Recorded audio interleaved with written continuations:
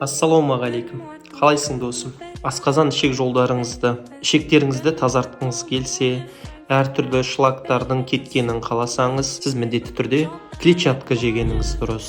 Арықтағысы келетін адамдарда осы міндетті түрде менюде клетчатка болу керек. Одан бөлек клетчатканың пайдасы өті қоюланатын адамдар болады. Өті қою деп жатады, холестерин деңгейі көп деп жатады.